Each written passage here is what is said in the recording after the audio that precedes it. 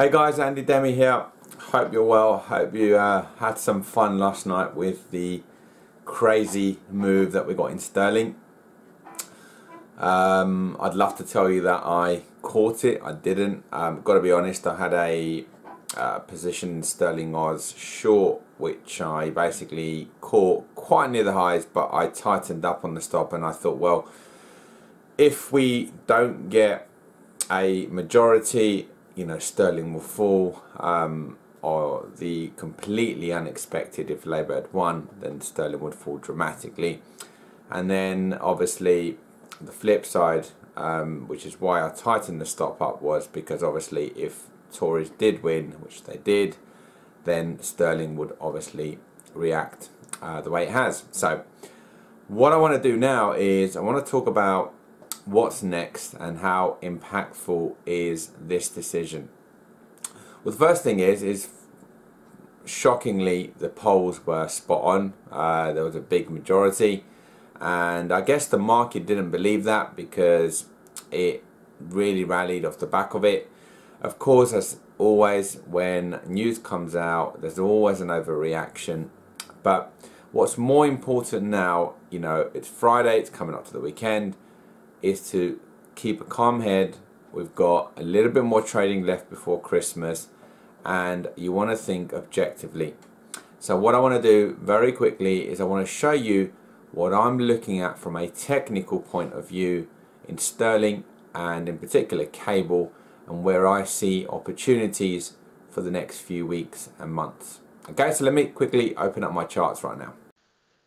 Okay guys, so here we are.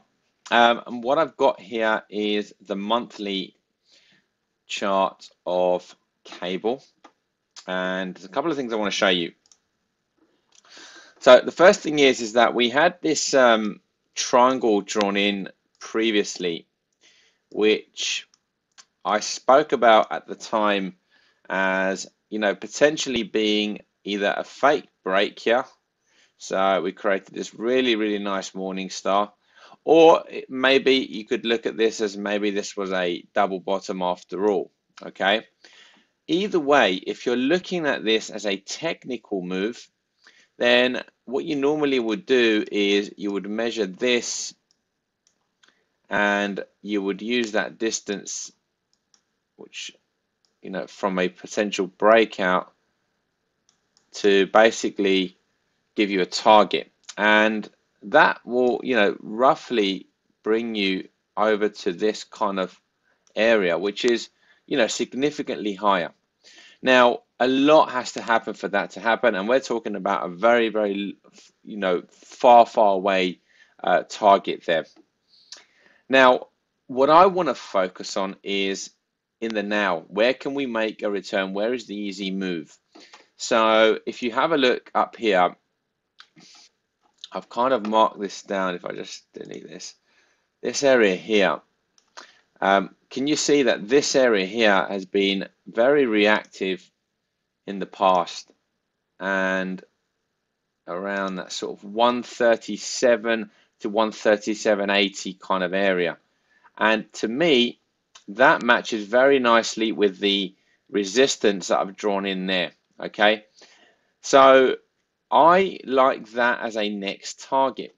Now, I want to show you something quite cool on the weekly chart. So when I look at the weekly, I like to, investigate the chart. So, for example, I like to find areas where the market is reacting like this, and then I use that same kind of line to see that it's still reacting, which it did. And so what we can do with that information is then we can say, well, why don't we take this and project that from these highs? And lo and behold, look where we are right now. We are exactly on that resistance point. So here's what I'm thinking. I'm thinking next week we can look for opportunities where the market may get a little bit of a pullback, which already it has, to be fair. It's actually pulled back, about 150 pips already. And then we can kind of use the lower time frames, but even just off this time frame, you can see, look, this is a good area. And then you can go to past resistance becoming future support. And then we could be looking at these areas as potential buy areas if we're looking for the monthly time frame to come into fruition. So, but the easiest move is to take this back up towards 137. And if I just kind of have a look over here, can you see this past area of support becomes resistance around 137.60? So for me, next week we should be looking for these kind of zones here, here and here, and we can do a little bit more work on the higher time frame to find opportunities to be buying sterling.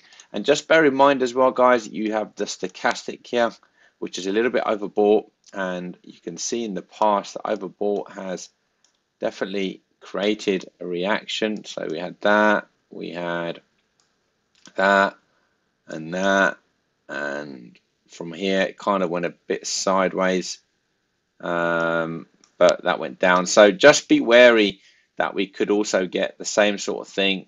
And you know, kind of in these areas here, these three yellow lines here are your main kind of zones on this time frame. Okay guys, so hope that helps. Wishing you a great weekend. Have a restful weekend, do something fun, and then let's get on it again next week. Hopefully let's get a few more pips before Christmas. I know it's always an expensive time of the year, so we want to try and do as well as we can. So thanks again guys, thank you for all your comments and your likes and everything else on the past videos. I'm enjoying doing these videos for you, so have fun, good trading, see you soon, take care guys.